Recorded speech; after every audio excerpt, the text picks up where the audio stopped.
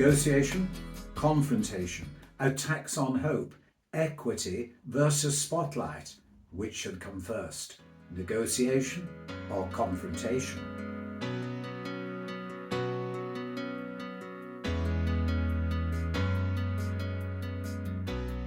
Jagabatis, welcome.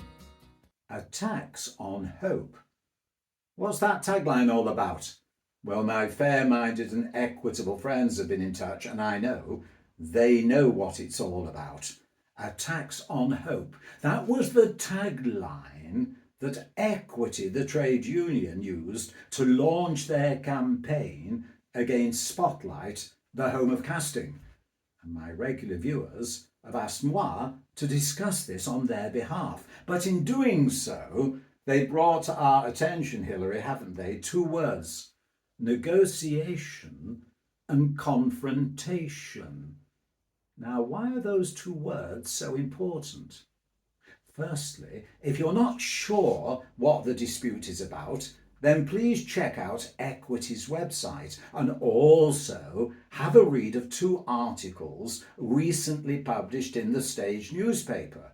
One looked at both sides of the dispute, Spotlight and Equity, and the other one looked at aspects of the law relating to it. And also, you might like to look at some of my previous videos, video 79, September 2022, when we mentioned Spotlight in relation to a meeting taking place in one of the London branches of Equity, and also the more recent video, video 161, which discussed in more detail the current dispute.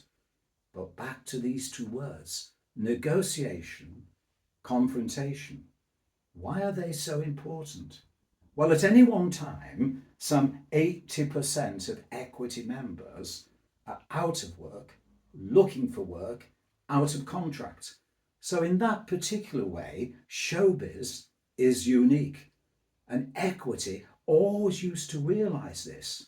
So when it came to possible disputes, negotiation first took priority. When dealing with agents, managers, venues, service providers, knowing that our members were desperate for work and out of contract, it had to be clearly demonstrated on their behalf that negotiations had taken place first, not confrontation first. But now it appears, you see, a few months ago, I'm not quite sure when, it was announced by Equity that they were moving from resilience to resistance.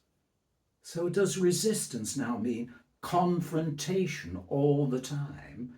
Because confrontation sometimes stirs up results that you weren't really anticipating, unexpected consequences. And indeed, if someone launches a high court action and they can't demonstrate that they've really moved forward in a spirit of negotiation and exhausted all possibilities, where does that leave the case? And Equity got the backing of the TUC. Now really, that may be very welcome when you think of a tax on hope, but if you've not had negotiation, isn't that putting confrontation at the forefront? So we'll leave this with you, and it may be, of course, some of you will think confrontation works, but in the past, negotiation and settling by negotiation has always brought better results. Now, I noticed in the King's speech today to Parliament, they said that the new Labour government were going to look at restrictive practices that affected workers. Is Equity going to say that, well, Spotlight is a restrictive practice? I don't know. But really, on behalf of my fair-minded and equitable friends, we flag up the issue. Should Equity as a trade union maintain the idea that negotiation always comes first, or is it now a case it's being driven by a radical, progressive, activist mantra?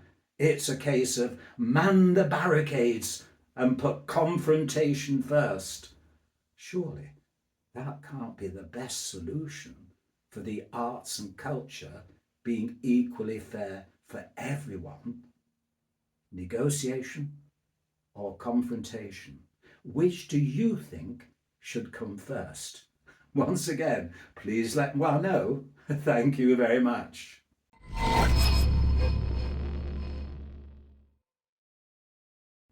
Chakabatis, this particular topic, the dispute between equity and spotlight, has given rise to us receiving more emails and postings than any other topic in recent times.